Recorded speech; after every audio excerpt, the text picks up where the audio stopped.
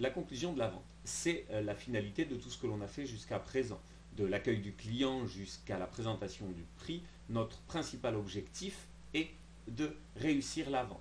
Nous avons aussi un deuxième objectif qu'il faut garder à l'esprit, qui est de fidéliser le client. C'est d'autant plus vrai que les achats que le client fera sont de faible valeur et sont reproduits souvent. Ce qui est bien évidemment le cas quand on regarde les achats de produits alimentaires et de vin notamment. Alors quand conclure la vente? Le piège, c'est de conclure trop tôt quand le client n'est pas prêt à acheter.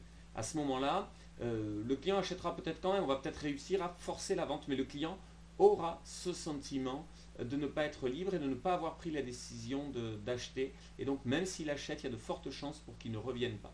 Ou en tous les cas que cet achat laisse un petit goût d'amertume.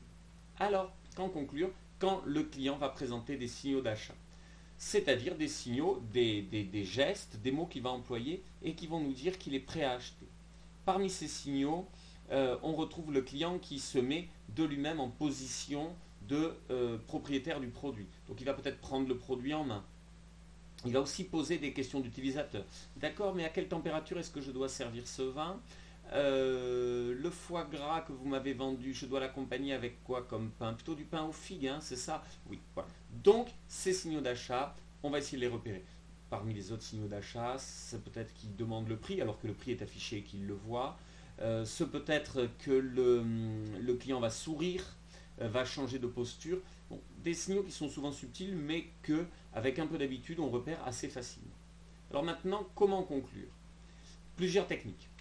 Première technique, c'est la technique de l'anticipation. C'est une technique toute simple qui consiste à faire comme si le client avait dit oui. On ne demande pas au client s'il veut le produit. On a remarqué par ces signaux que de toute façon, il avait déjà décidé de l'acheter. Alors c'est une technique qui est très efficace, qui peut être dangereuse si on se trompe. Si on a forcé le client, si jamais on anticipe et qu'on fait comme si le client avait pris le produit alors qu'en fait il n'était pas décidé.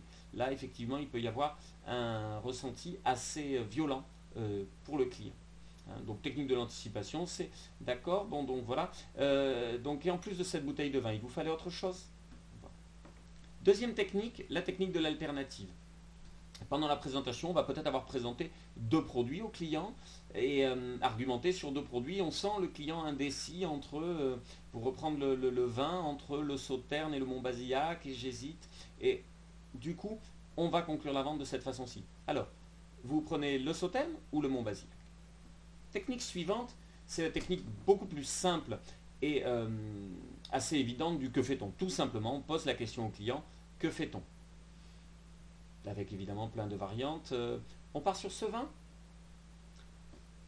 Technique suivante, la récapitulation. Avant de demander l'accord au client, le vendeur va faire le bilan, va reprendre tous les avantages que le client va tirer du produit.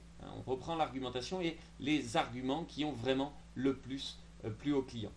C'est donc un vin qui est bio, c'est un vin qui est passé en barrique et qui ira très très bien avec le foie gras que vous souhaitez déguster, servir à vos invités.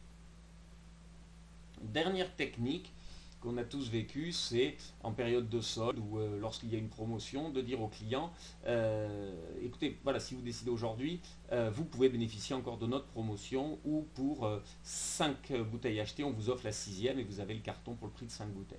Donc voilà, cette technique du regret, et ça, vous ne l'avez que jusqu'à ce soir. Voilà, technique du regret où c'est nos dernières bouteilles en stock, il faut vous décider rapidement.